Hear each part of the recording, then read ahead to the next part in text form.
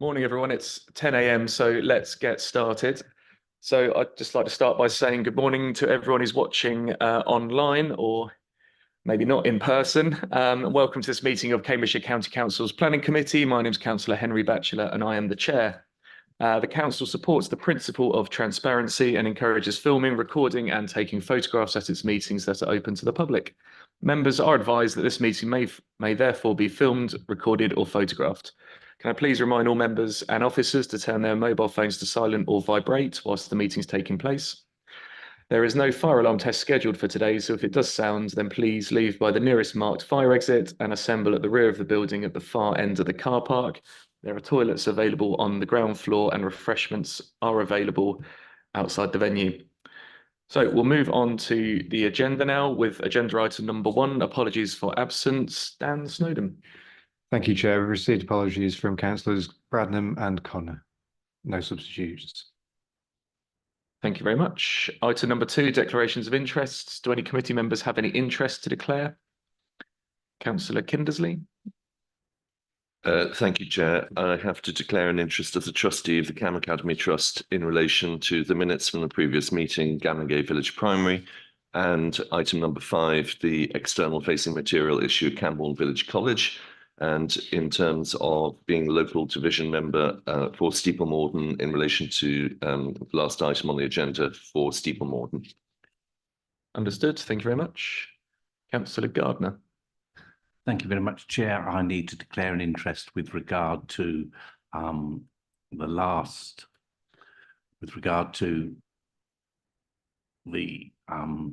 mushroom farm at Ellington and 5-acre site at Great Staunton, as I'm the local member. Okay, I think that's noted. If there are no further declarations of interest, we'll move on to agenda item number 3, which is the minutes of the meeting we last had on the 6th of September. Do any members, or do members agree these minutes are correct, or do any members not agree? If everyone's in agreement, can we take those by affirmation? Okay, so those minutes are agreed.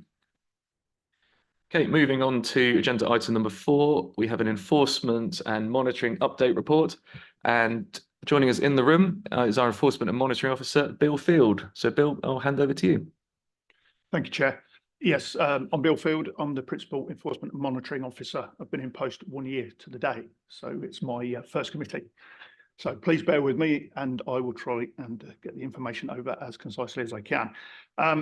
Basically, the enforcement and monitoring report, which I hope you've all managed to have access to, covers the period between the 1st of April 2023 and the 31st of January this year. The main points within that are the first point being the increase in monitoring charges for site visits for mineral and waste sites. They have largely increased by 25%. So from active sites, which had previously been £397, have moved up to 496, and the inactive sites up from £132 a visit to 165.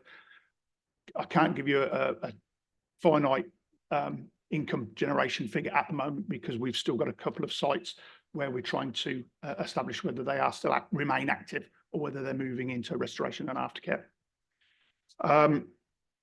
It is expected in the next, next financial year that we should have 80 pre-arranged visits covering that period for both minerals and waste sites.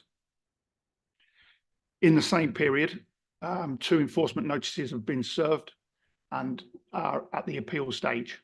We're fairly confident that, well, the final statement went in for one yesterday, and we're fairly confident the other will be in shortly. We're looking at a further 2 enforcement notices likely to be served imminently on back of the work conducted by the team last year. One of those will be at Mill Road, Fen Drayton, the other being at the former Alan Skip Hire site at 10 Mile Bank. In the same period, we have also served 3 planning contravention notices, PCNs for short. And again, there is another imminently to be served on the back of the work conducted last year. In the same period, from the 1st of April to the 31st of January 2024, The team received 20 new complaints in county-related matters, with a further 11 remaining open from the previous period.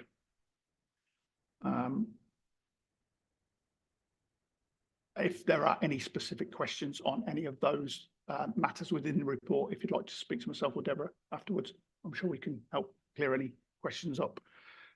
The other element that I would like to put forward is the enforcement plan. In line with the requirements of the National Planning Policy Framework, our enforcement plan was due to be reviewed at the back end of last year, 2023. It's been decided at the moment, with the introduction of BNG and the implications that may have on our enforcement plan, that we're going to wait a little while longer for a bedding in period for BNG, just to see how that affects things. It could be, depending on how we decide to enforce BNG, that may require the plan to go out to consultation, because there may be significant changes to it. So it's been decided at the moment we're just going to hold on that, review the situation, allow BNG to bed in, and then review after that. I think that is all that I have on those two subjects. If there's any questions now, if not, as I say, Deborah and I be more than pleased to take questions afterwards. Okay, thank you very much. Thank you, Chair. Bill. So members, this report is just for noting, but if any members do have any questions for our enforcement officer, then please do raise your hands. Councillor Gardner. Thank you very much, Chair. Thank you very much, Bill, for the report. Much appreciated. Under 8.9, do you have any idea of the date for the inspector's decision? At the moment, we don't, Councillor, no, unfortunately. We were quite happy with how quickly the matter was dealt with at FTS. We thought we might not hear from them as quickly as we did. So we're hopeful that it will be within this sort of 12-month period, but I couldn't give you a date at all, I'm afraid. Okay, thank you. Well, members, if that's everything on that item, we'll move on to the next, which is agenda item number 5, Regulation 3, planning breach of planning control. And I believe, Deborah, you'll be introducing this one for us. Thank you, Chair. So the report before members is to notify them of a breach of planning control at Cambourne Village College in respect of a change to the approved materials that were used in the external facades of the teaching blocks. The application for the Village College was under a Regulation 3 planning application for the council's own development, and it had been agreed via discharge of condition that there would be white brick as a finish on the teaching blocks. However, following that agreement, the applicant, the Education Capital team, applied to county planning to change the agreed material to white render instead, and that white render had already been applied. We consulted with Greater Cambridge Shared Planning, and their urban design team objected to the use of the render and cited the West Cambourne Design Code. However, the design code, whilst it is applicable adjacent to the site, it isn't actually applicable on the site itself. Because of these concerns and the objection, we contacted the Education Capital team, the applicant, who then provided the reason and justification for the change to the materials, which is set out fully in the report. The application has been withdrawn, but it was retrospective. And so, as I said, the render is in place, and that means that the breach of planning control remains outstanding. There's no recommendation in the report, and members aren't being asked to make a decision. However, the council's local enforcement plan does state that where we can't take enforcement action, in this case, because it's the council's own development and we can't enforce against ourselves, then breaches of planning control will, for Regulation 3 development, will be reported to members, and that's the purpose of that report. I haven't got anything further to add, but can answer questions if members have any. Thank you. Thank you, Deborah. So as mentioned, it's just on our agenda today as a matter of process, and it is just for noting. But if any members do have any questions on that report, then please do indicate. No, I don't see anyone. So I think we can consider that noted. We'll move on to agenda item number 6, and that's summary of decisions made under delegated powers. And I believe we are No, sorry, we have a report in front of us, members. I don't think anyone's introducing this. If any members do have any questions, though, I'm sure the officers would be able do their best to answer.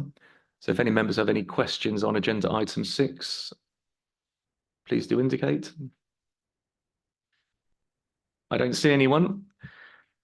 So with that, I think that could be a world record. So it's now 10 past 10 and we are at the end of our agenda. So it just leaves me to say thank you very much, members, for making the journey in. Thank you to officers for making the journey in as well and indulging us in putting the agenda together. And we'll see everybody at the next one. Thank you very much.